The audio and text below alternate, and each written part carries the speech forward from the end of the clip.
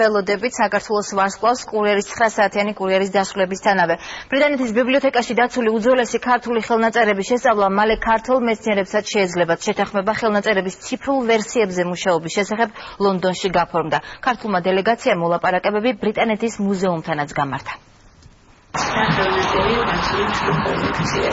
ბრიტანეთის ბიბლიოთეკაში დაცული უძველესი ხელნაწერების ციფრულ ვერსიაზე მუშაობა უახლოეს მომავალში დაიწყება. შეთანხმება ამის შესახებ საქართველოს კულტურის მინისტრსა და ბრიტანეთის ბიბლიოთეკის დირექტორს შორის შედგა.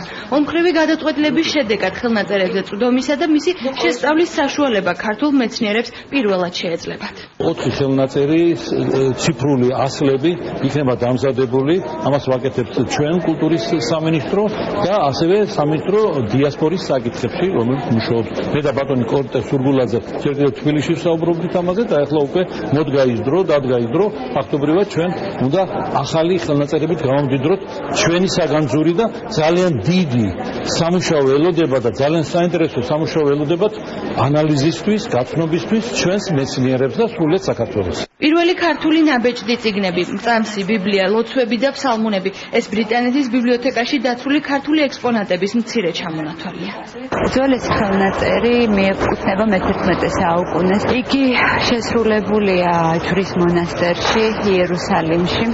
პირველ წყარო ამ ხელნაწერის დაკარგულია და ხელნაწერი წარმოადგენს უძველეს თარგმანს. საქართველოს კულტურისა და ძეგლთა დაცვის სამინისტროს დელეგაცია ლონდონში ვიზიტის ფარგლებში ბრიტანეთის მუზეუმსაც ესტუმრა.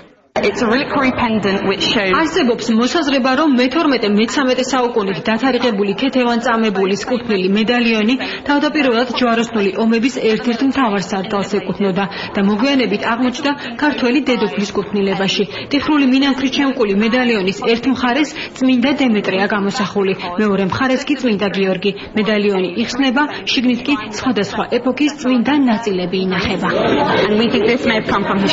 ეს არის ისეთი მრავალ მე ვიტყოდი ფენოვანი სანაწილე, სადაც დღესაც ინახება გარკვეული ნაწილები, როგორც ჩანს წმინდა დემეტრეს სასაფლავიდან და ეკლესიიდან, თესალონიკიდან და სადაც ვარაუდით უნდა ყოფილიყო დაცული აგრეთვე შემდგომ მოგვიანებით დამატებული ძელი ცხოვრის ან წმინდა ჯვრის როგორც ჩანს ნაწილები. სამინისტროსა და მუზეუმის წარმომადგენლებს შორის მომავალი თანამშრომლობის შესახებ შეთანხმება შედგა, რომლის ფარგლებშიც ბრიტანეთის მუზეუმში ქართველი სპეციალისტების გადამზადება მოხდება.